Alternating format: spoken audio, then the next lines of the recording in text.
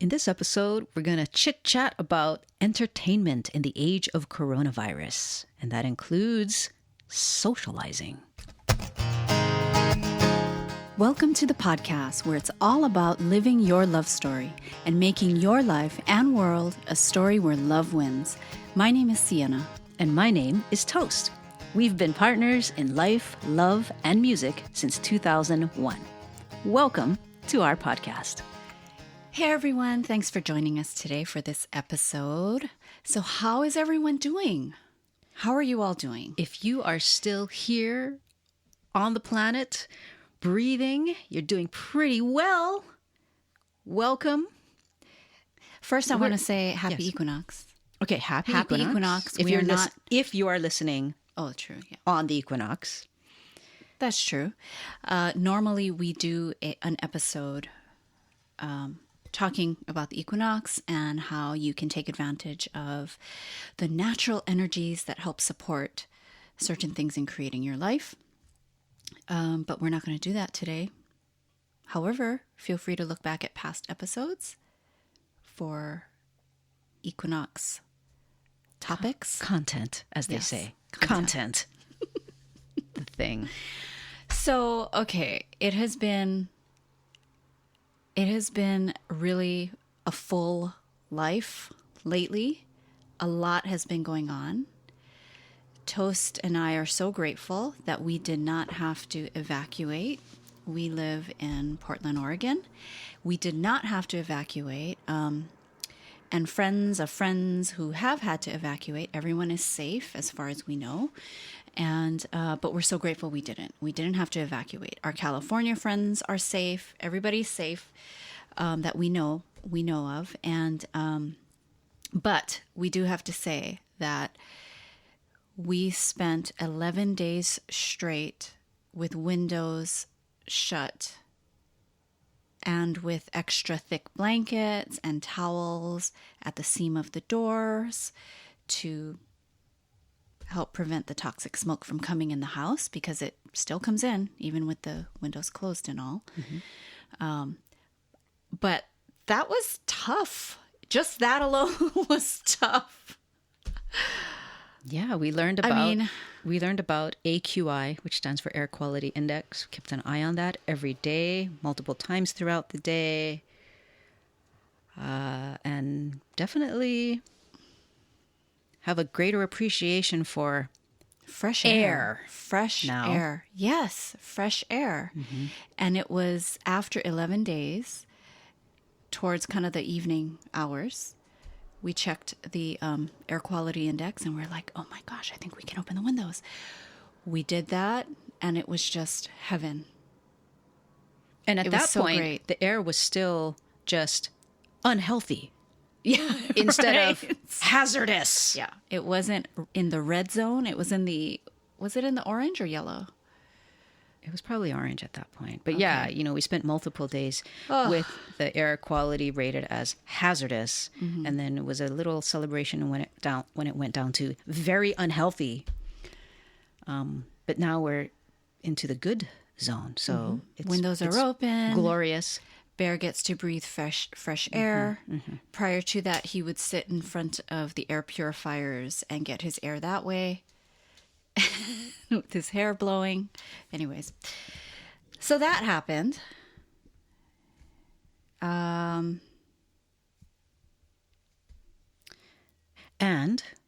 as I'm sure you know, Ruth Bader Ginsburg has passed away. And you know what? It just intensifies the pre-existing truth of our situation in history. It brings to mind the Greek term anagnorisis, which is a dramatic term for the point in Greek dramas where the character realizes, oh my gosh, I have just had sex with my mother and I killed my father. Oh my gosh. So I kind of feel like, that has the death of RBG is kind of a thing for a lot of us, where it's like, this situation that you've been in, it's for real, and you better get up off your ass and do something. And that is a gift from Notorious RBG. So thank you to her. I love this quote that she is known for. It is, "I ask no favor for my sex. All I ask of our brethren is that they take their feet off our necks." Telling it straight. RBG, rest in peace and power and love. RBG. And one of the things that I texted to friends of ours as the news rolled out was that the torch has been passed, and in a way it's been passed to each of us as citizens. We have a responsibility, and I will admit RBG passing away helped me to get off my ass, and I ended up on Sunday contacting 12 different representatives just to register my support of leaving the Supreme Court seat open, and just, doing something. If you're feeling down, I encourage you to do something. Do something. You don't have to call. It'd be great if you call. It'd be great if you write or email. You can just Google and just say, who's my representative? Go to their website, the contact page. They have a contact form. Keep it short and sweet. Just say, hey, I support blank. I want to encourage you to blank. And there's all kinds of stuff you can do. And that's part of the roadblock, I think, is like, yeah, there's a lot of options. But you decide what feels comfortable for you. And I know that can feel overwhelming in itself. But believe me, you're going to feel good just picking something. You don't even have to decide. Just write down 3 or 5 options on 5 different pieces of paper and pick one out of a hat. And do it. Do it. It's going to feel good. And you know what else feels good is just having some entertainment in the age of COVID. That's true. So that's what we're going to talk about now. All right. So I think we mentioned early on in I don't know, several months ago. In the global pandemic? Yeah. Earlier on, we were kind of resisting Zoom. Okay. We were invited to a lot of Zoom things. I mean, that was really quick to happen, right? Like everyone just jumped to Zoom. Mm-hmm. And then there was the potato head Zoom. What's that? Remember someone was it went viral. There was a Zoom meeting and someone had a filter on there and they were a potato and they were actually the boss. Oh my gosh. The boss was a potato in the meeting and they did a screenshot. And I mean, anyways, and then there were security issues with Zoom. I mean, Zoom just totally blew up and everyone was doing it. But we didn't really jump in. I mean, we felt awkward. And you and I are not such video kinds of people. Mm-hmm.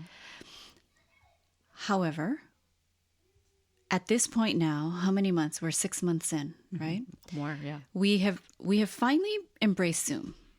And I'm grateful that we have, because I feel like it has made a difference in terms of at least the feeling connected with people in lieu of being with them personally, seeing them, hugging a person, hey, hi, how are you? And really being physically together. Mm-hmm.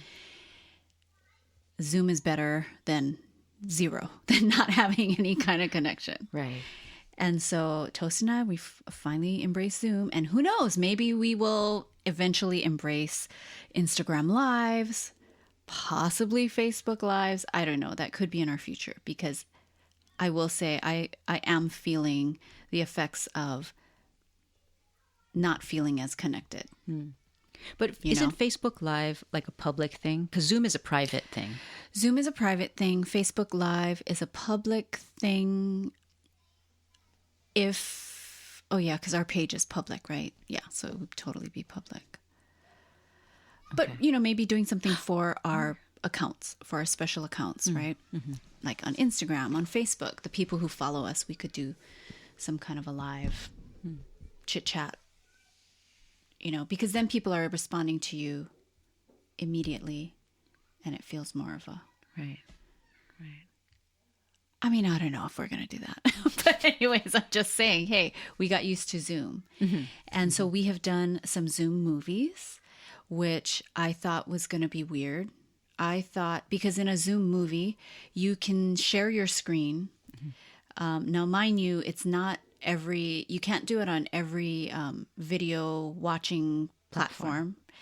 But we were able to do it on some Amazon Prime videos that come with Prime. We were able to do that, or renting. I forget, honestly. Oh, no, wait. You can do it with a Video Prime rental, but you can't do it with whatever comes with Amazon Prime. But anyways, you share your screen, and then whoever is watching the movie with you, you see their little face in a box, as well as your own little faces. And they see your face in a box. And they see your faces. And I always had this idea weird. That it was going to be way too distracting to be seeing people's reaction on the same screen you're trying to watch the movie on. Yeah, one would think it would be distracting. You would think so. And so that's why the very first time we ever did it, we decided to turn the camera off and just keep our voices on so that we could hear, oh my God, who's that guy? Oh, is that the killer? Do you think that's the killer? So we kept the audio on, but strangely, that felt very unnatural and weird. So we put the video back on, and it was great. It didn't feel awkward. I didn't feel distracted. Yeah, same here. You do feel connected. Surprising. Yeah. It just felt like you're watching a movie together. Yeah, it did. It did. Yeah, and trippy. I think too, even with non-movie watching and just doing a Zoom with people, there is an awkward feeling about it. As soon as you come on, there's that weird. It's just weird because it's like, well, we're just not used to it. I don't know. I think number one, we're not used to it, like, and I have noticed needing to remind myself. This is just an internal conversation that I have with myself whenever we're doing a Zoom social event with somebody. TV watching or just either one. Hey, hi. Okay. Either one. And this happens when the event lasts for quite a while, like 45 minutes or more probably. I find myself reminding my own self in my head that the person on the screen that you're talking to that's actually that person sitting in their actual own house, and they're a real person. It's not just you looking at a screen. Explain more about that. I kind of don't get it. Like you're not watching a show. Exactly. I'm not just watching a show. I'm not just scrolling through Twitter, seeing what people have posted sometime in the past. You mean while you're on Zoom? No. I mean, like doing Zoom is not like scrolling on Twitter. Exactly. Okay, I see. It's like when I am interacting with somebody using Zoom, I'm actually interacting with that person. That person is I'm there. I'm not just using an app. You. Yes. Here's what I thought was so weird.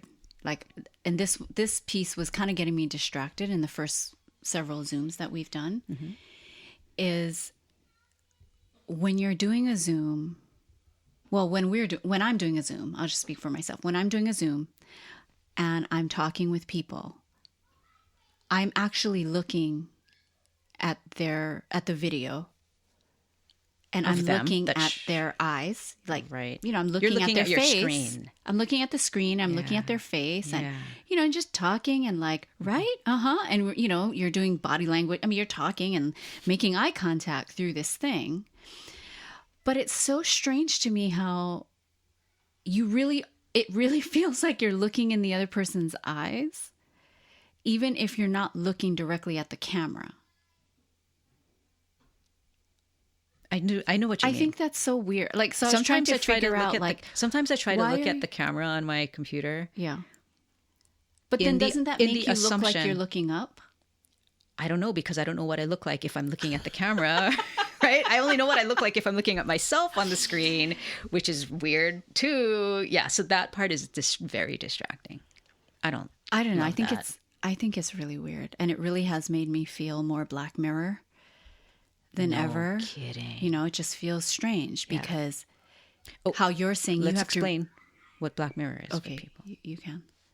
Black Mirror is the name of a TV series on Netflix. Mm-hmm.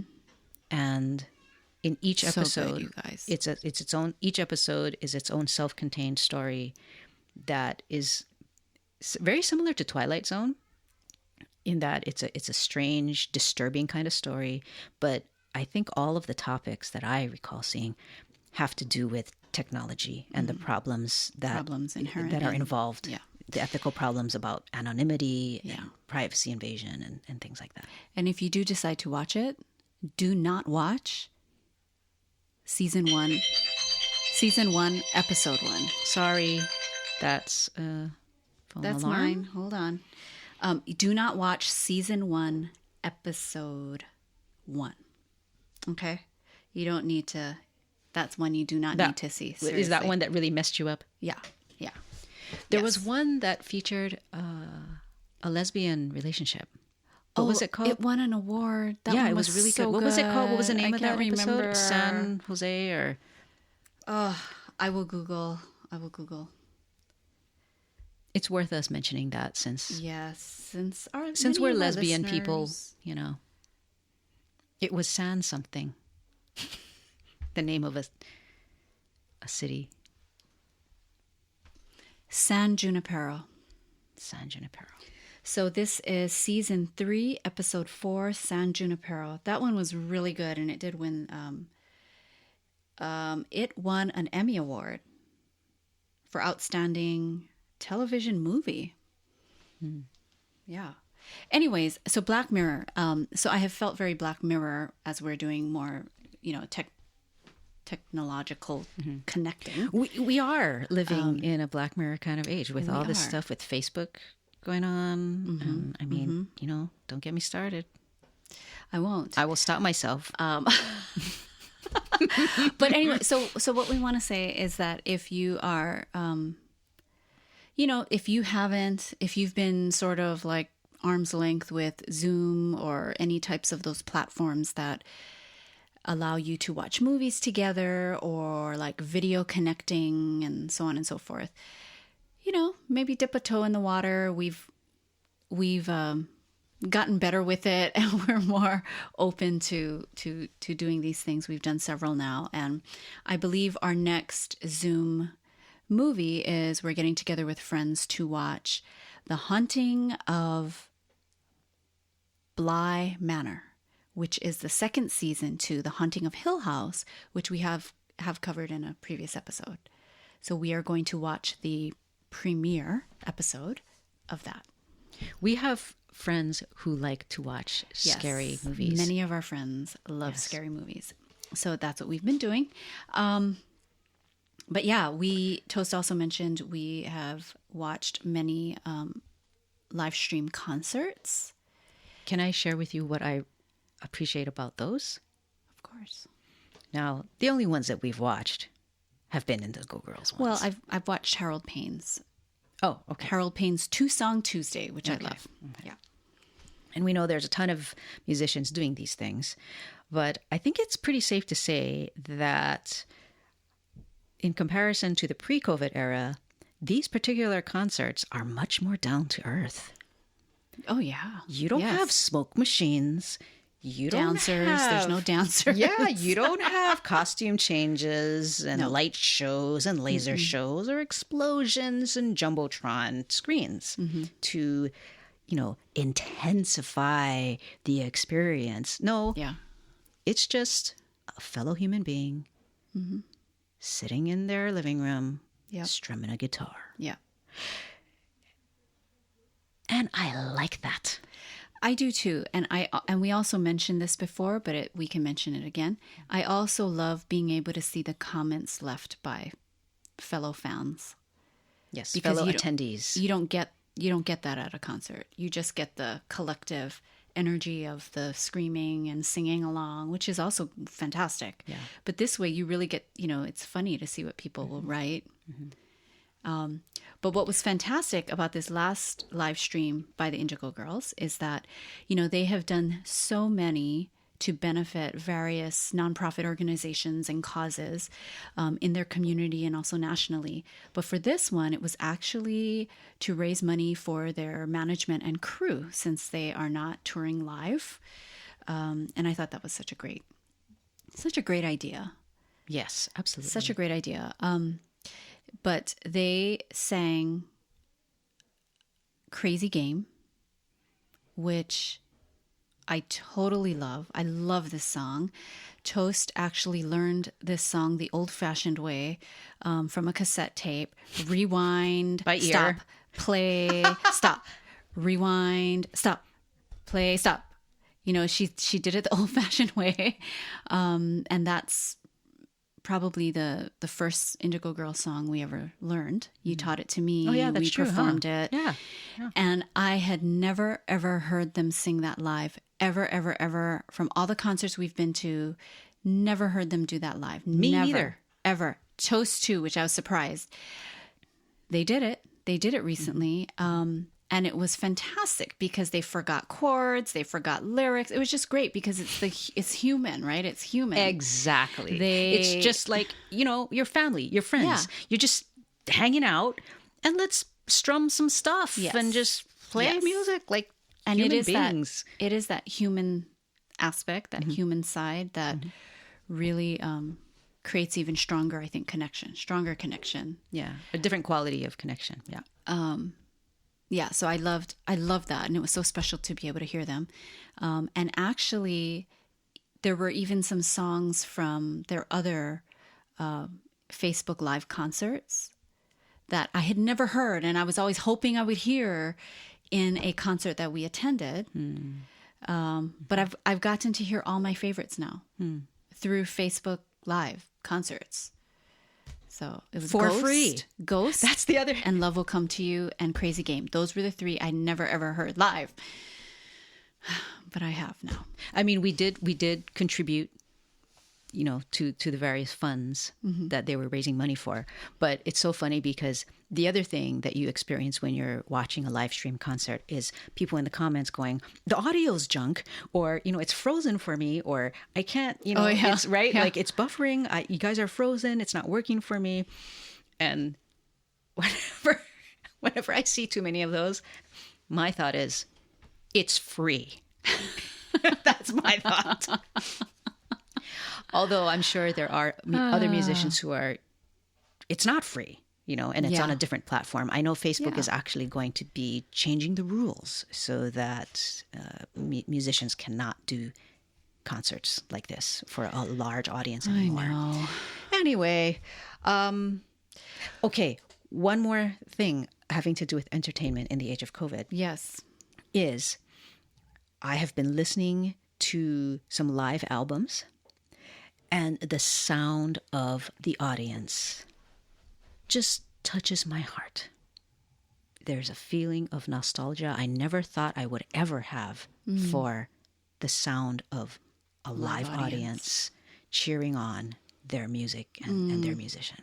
And something that's evolved just organically for me as a form of entertainment that I have not done in 20 years maybe, is creating playlists.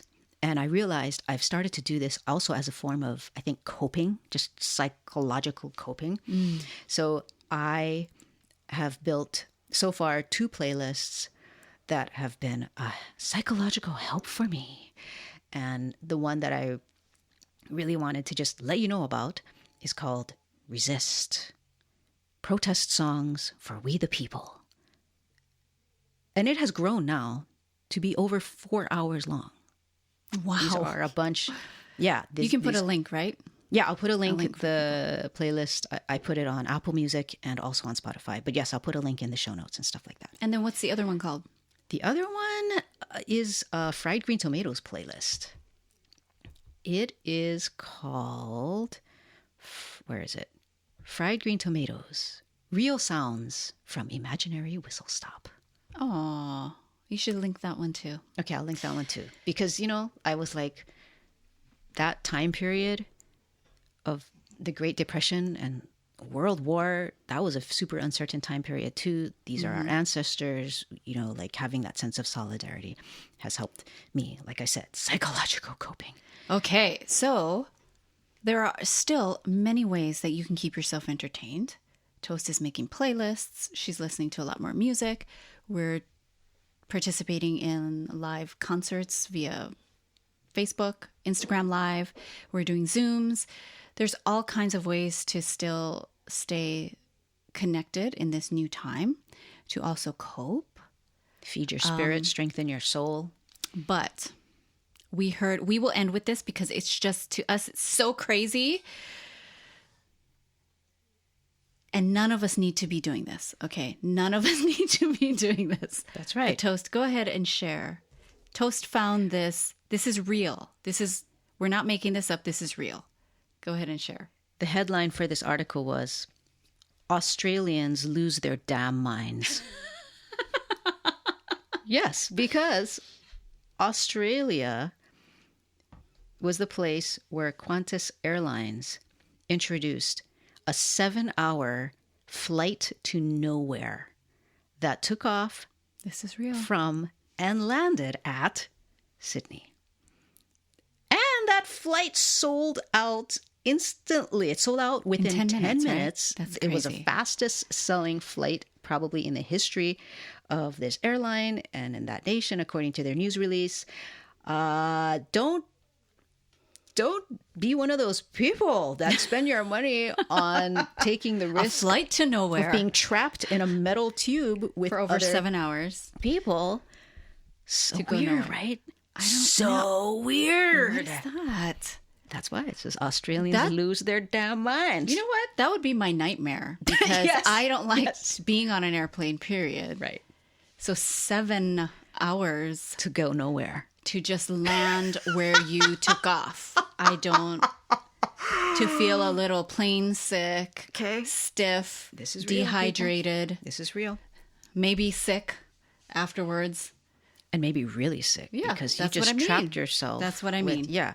Oh, Okay. have you heard of David Blaine? Sorry, I'm making this go long, but this falls into the category of entertainment. David Blaine, he's like this Houdini type of magician dude. Okay. And he did a performance art called Ascension near Las Vegas. And he held on to these bunch of huge helium balloons that lifted him up thousands of feet in the air to the point where you had to have oxygen mask and everything. And then he released the balloons or something and then just like skydive and parachuted back to Earth. Oh my God. How's that for entertainment during the age of COVID? I would much rather watch that than take a 7-hour flight to Yes. nowhere. Yes, you would. You would. Okay. You can thank find you it so on much for YouTube. listening. Until next time, this is Sienna. And this is Toast. As always, inviting you, it is still possible, and it's now so important to live your love story.